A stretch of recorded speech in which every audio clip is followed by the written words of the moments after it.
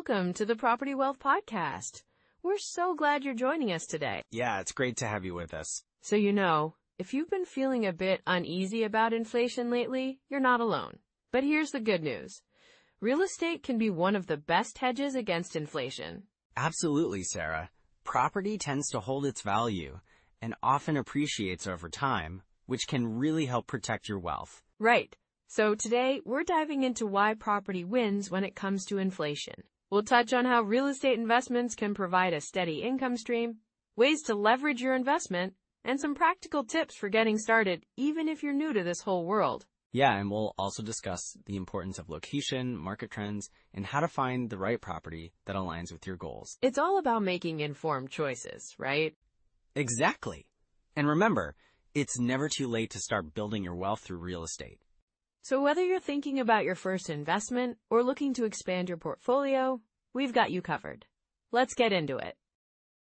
Sarah, the reason this topic is so crucial right now is that people over 40 are really starting to think about their retirement timelines. Absolutely, Mike. It's like that light bulb moment, right? Realizing that they need to secure their financial future sooner rather than later. Exactly. And with inflation being such a hot topic these days, it's more critical than ever to consider how real estate can act as a hedge against that. I mean, we've all seen prices rise. Groceries, gas, everyday expenses, right? For sure. It feels like our money just doesn't stretch as far as it used to. Right. And that's where property comes in. Real estate tends to appreciate over time, often outpacing inflation. So for someone in their 40s or 50s, investing in property now can really help safeguard their purchasing power down the line. I remember speaking to a listener recently who bought a duplex in her early 40s. She was worried about how she'd manage her retirement savings, but that property turned out to be a game changer for her. That's a perfect example. Not only did she secure a place to live, but she also created an additional income stream from renting out the other unit. Yeah, and that's like a safety net. If inflation continues to rise, she's got that rental income to help offset her living costs. Exactly. And it's not just about the numbers. There's also an emotional side to this, right? Knowing that you have a tangible asset in your portfolio can give you a sense of security. Oh, definitely. I think that peace of mind is invaluable. It really is. I had a client, let's call him Dave, who was in his late 50s. He had been investing in stocks for years, but with the recent market shifts, he found it hard to sleep at night, worrying about his retirement funds. I can imagine. The volatility can be really stressful, especially as you get closer to retirement. Right? So he decided to diversify into real estate. He bought a small rental property, and not only did it provide him with steady cash flow, but it also gave him the confidence that he could weather economic storms better. That's such a great story. It's about taking control of your financial future, isn't it? Exactly, and let's not forget about the aspect of wealth transfer to family. Many investors think about how their decisions today will impact their loved ones tomorrow. Yes! I mean, it's not just about you anymore once you start thinking about your kids or grandkids. Right. Owning property can create generational wealth. I've seen families who have passed down real estate assets that have appreciated significantly over time, setting their children up for a much better financial future. That's a powerful legacy, for sure. It really is. And especially in today's economic climate, where job security can feel shaky, having a solid asset like property can be a cushion for your family. Totally. Plus, as we're seeing more people working remotely, investing in the right locations can really pay off. Exactly. The shift to remote work has changed how we view property investments. Areas that may have been overlooked are now becoming hotspots. It's like a whole new world out there. Right? And with the right strategy, people can capitalize on those trends. For instance, someone might decide to invest in a property in a growing suburban area. Yeah, where there's potential for appreciation and demand, right? Exactly. And being over 40, you have the advantage of experience. You can analyze trends and make informed decisions rather than just jumping into the first opportunity that comes along. True. And with the right guidance, you can really navigate the complexities of the market. Absolutely. And I think it's important to remember that real estate is a long-term game. It's not a get-rich-quick scheme, but when you hold on to that asset, it can provide stability and growth over time. And that's where patience comes into play. It's about planting the seeds today for a fruitful tomorrow. Right. And for many people in their 40s and beyond, they're starting to think about what kind of lifestyle they want in retirement. Exactly. Do they want to travel? Spend time with family? Real estate can help fund those dreams. Yes, and let's not forget about tax benefits that come with property ownership. For many investors, that's an additional incentive to get into the market. Oh, that's a good point. I think a lot of people overlook that, but it can make a big difference in your overall financial picture. It really can. And, as we see shifts in the economy, having that property in your portfolio can act as a buffer during tough times. It's like a hedge against uncertainty. Exactly. So, as we transition into discussing core strategies for investing in real estate, it's important to keep in mind the long-term benefits and the emotional security it can provide. Yeah, and how it can align with your personal goals for the future. Let's dive into those strategies next. So let's dive into some core strategies for using real estate as an inflation hedge. One of the most popular rules out there is the 1% rule. You familiar with it, Sarah? Yeah, I've heard of it. It's like, if you buy a property, it should generate at least 1% of its purchase price in monthly rent, right? Exactly. So if you buy a property for $200,000, you'd want to see at least $2,000 a month in rent. This rule helps investors quickly assess whether a property might be worth pursuing. Right, and it's a good starting point, but you can't just rely on that alone, can you? Not at all. It's important to consider other factors, like the property's location, condition, and your overall investment strategy. Sometimes, properties might not hit that 1% mark, but still be great investments due to appreciation potential or other cash flow strategies. So what's a good way to evaluate a property more thoroughly then? One effective method is the 50% rule, which suggests that about half of your rental income will go towards operating expenses. This includes maintenance, property management fees, taxes, and insurance. So, if you're expecting $2,000 in rent, you'd estimate about $1,000 for expenses. That makes sense. And then, what about the remaining $1,000? Well, that's your gross income before debt service, so you'd still need to subtract your mortgage payments from that to see what you're left with each month. Got it. So, if your mortgage payment is $800, then your net cash flow would be $200? Exactly. And this is crucial for understanding your cash flow situation. You want to ensure that you're not just covering your expenses, but also creating a cushion for unexpected costs. Makes sense.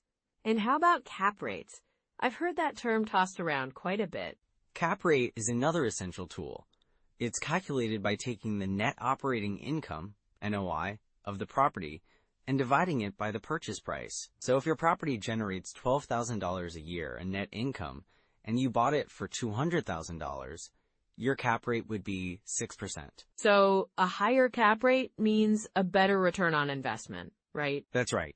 Generally, properties with higher cap rates are seen as riskier, but they can also offer better returns. So it's about balancing your risk tolerance with potential reward. And once you have these figures down, how do you assess whether a market is a good investment? Great question. You want to consider factors like population growth, job market stability, and average income levels in the area. A growing population often means more demand for housing, which is a good sign for investors. So looking at things like local economic indicators can really help shape your investment decisions? Absolutely. And don't forget about neighborhood dynamics. Look for areas that are undervalued but have potential for growth. Maybe there are new developments or infrastructure improvements on the horizon. That's a great tip. What about financing options? Any particular methods you think work best for investors over 40? Well, traditional mortgages are always an option, but you might also consider leveraging equity from your existing home. This can give you a leg up when purchasing investment properties. Oh, right. I've heard that some people use a HELOC or home equity line of credit for that. Exactly. AHELOC can offer you flexibility, allowing you to borrow against your home's equity as needed. Just be sure to understand the risks involved, as it's still debt. And I imagine it's also important to have a solid plan for paying that back. Definitely. And then there are also options like partnerships, where you pool resources with another investor. This can help spread out the financial risk and open up more opportunities. That sounds like a good way to ease into investing, especially if you're newer to the game. For sure. And speaking of easing in, let's not forget about the importance of diversifying your portfolio. You don't want all your eggs in one basket. Consider different property types: residential, commercial, or even vacation rentals. Right, and each type can have different cash flow dynamics and appreciation potentials. Exactly. Residential properties often provide steady cash flow, while commercial properties can offer longer lease terms and potentially higher returns. Just make sure you understand the market for each type. So it sounds like there's a lot to consider when evaluating deals and markets. That's the name of the game, really, but it's manageable if you take it step by step. However, it's also easy to overlook some common pitfalls. Oh, I can imagine. What are some of those pitfalls that we should be aware of? Well, one big one is overestimating rental income. It's easy to get excited about potential earnings, but you've got to be realistic about what you can actually charge for rent. And I suppose market conditions can change too. Exactly.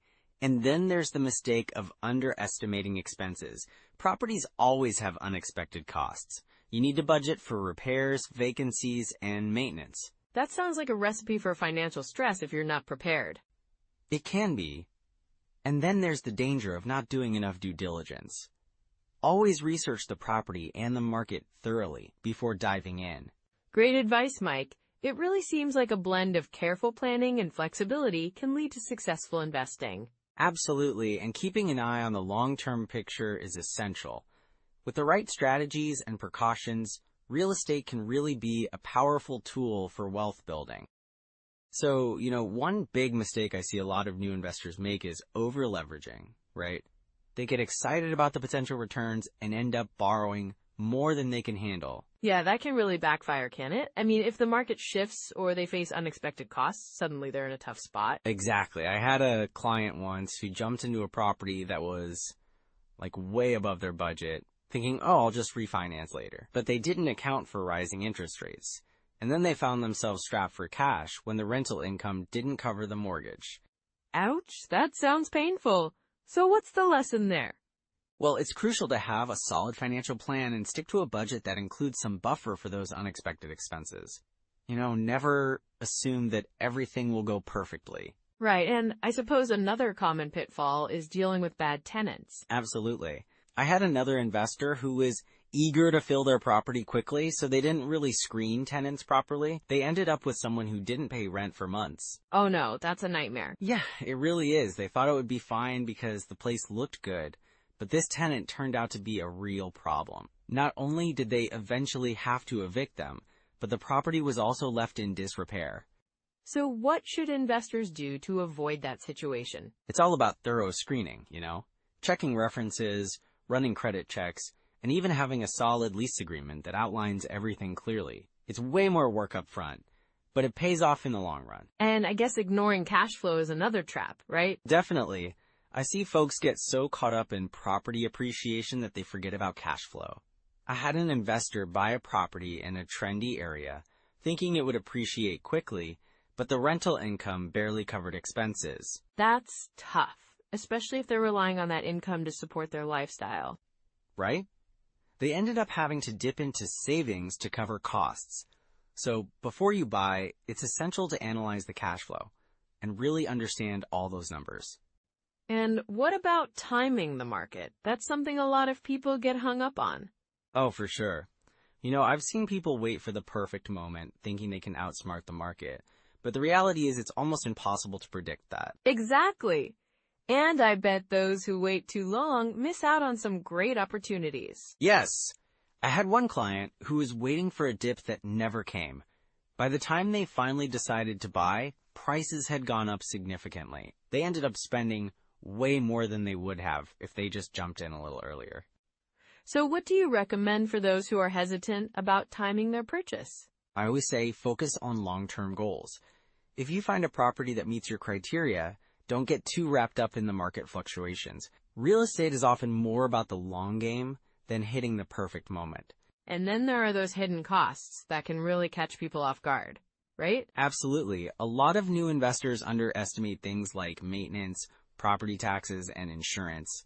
I had one client who thought they'd budgeted enough for a fixer-upper, but once they started repairs, they realized they'd need a lot more than they planned for. That's frustrating. Yeah, and it's not just about renovations either. Even things like HOA fees or unexpected repairs can add up quickly. It's crucial to factor those into your financial planning. So what's a good way to prepare for those hidden costs? Well, I always tell investors to, do a thorough inspection before buying and consider setting aside a percentage of rental income for maintenance. It's also smart to have a contingency fund, just in case something unexpected pops up. Yeah, that makes total sense. It's about being proactive rather than reactive. Exactly. If you can spot the red flags early, you can save yourself a lot of headaches down the road. So how can someone identify those red flags when they're looking at a property? Well, first, always look at the property's history. If it's had multiple owners in a short time, that might be a sign something's off. Also, check for signs of neglect. Things like peeling paint or overgrown yards can indicate bigger issues. And I guess the neighborhood itself can tell you a lot too? For sure. If you see a lot of for sale signs or properties that have been on the market for a long time, that could be a warning signal. It's essential to do your homework on the area, not just the house. So it sounds like there's a lot of preparation involved in real estate investing. Absolutely, but it's worth it. If you approach it with the right mindset and do the proper due diligence, you can really set yourself up for success. And if someone finds themselves in a tough spot because of these pitfalls, what's the best way to recover? Well, first, it's important to take a step back and assess the situation. Look at your finances closely and see where you can make adjustments. Sometimes, talking to a financial advisor or a real estate expert can provide new insights. That's great advice. It's never too late to pivot, right? Exactly. And remember, even experienced investors face challenges. It's all part of the process. The key is learning from those experiences and using them to make better decisions in the future. That's such a positive way to look at it. So focusing on the lessons learned can help investors grow. For sure. A mindset of continuous learning is crucial in this business. All right. What's next for someone who's ready to dive into real estate investing? Well, start small, educate yourself, and maybe consider joining a local real estate group or finding a mentor. The more you surround yourself with knowledge and experience, the better prepared you'll be. That sounds like a solid plan. Thanks for sharing those insights, Mike. My pleasure. All right, so let's dive into some immediate steps listeners can take if they want to start using property as an inflation hedge. Yeah, definitely. It's all about taking those first steps, right? Exactly. So first things first, I'd recommend setting a goal. Maybe it's as simple as saying, I want to analyze one property deal a week. That sounds super manageable. And what about tools? Great question. One tool I really like is Zillow. It's a fantastic place to start for researching property values. You can see what homes are selling for in a specific area and get a good sense of the market. Absolutely. I love how user-friendly it is. And what about calculating potential returns? Right. For that, I'd suggest the Bigger Pockets calculator. It allows you to input your numbers and see if a deal makes sense financially. That's a solid choice. And I think it's important to get comfortable with analyzing numbers. Definitely. There's no substitute for getting your hands dirty. Another good tool is Deal Check. It's great for evaluating rental properties specifically. I've heard of that one. And it offers some nice features for cash flow analysis too, right? Exactly. And don't forget about Rentometer, especially if you're considering rentals. You can check what similar properties are renting for in the area. That's really valuable. It helps you set realistic rent expectations. For sure. Now, if you want to dig even deeper, accessing your local MLS can be a game changer. Right, that's where the real-time data is. Just make sure you find out how to get access, as it can vary by location. Absolutely. And beyond tools, I'd recommend finding a good book or podcast to keep your mindset sharp. Any favorites you have in mind? Well, the book on rental property investing by Brandon Turner is a classic. It covers a lot of ground for beginners. I love that one. And what about podcasts? The Bigger Pockets podcast is a must-listen. They have guests from all backgrounds sharing their experiences. It's really motivational and informative. That's a great resource. And, joining a local real estate meetup can be a fantastic way to network too. Yes. Surrounding yourself with like-minded individuals can really boost your confidence and knowledge. And it's a good way to find potential partners or mentors, right? Exactly. Plus, just talking about real estate can spark new ideas. So it sounds like starting small is key. Set those goals, find a few tools, and get out there. Yes, and even if you can only analyze one deal a week, that adds up over time. Right. It's about progress, not perfection.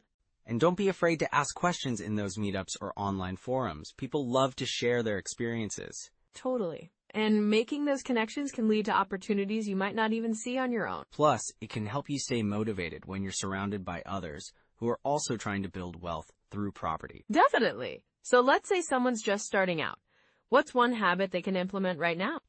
I'd say get in the habit of reading or listening to something real estate related every day, even if it's just for 15 minutes. That's a great idea. It keeps the momentum going and helps build your knowledge base. Exactly. And as you learn, you'll start to see opportunities where you didn't before. So it's really about creating a consistent routine that keeps you engaged with the market. Absolutely. And always be on the lookout for trends or shifts in your local market.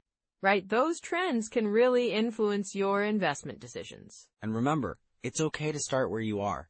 Don't feel like you need to jump in all at once. Yes, just take it step by step and you'll find your groove. With these tools in your pocket, you're ready to move forward. Let's recap what we've covered today.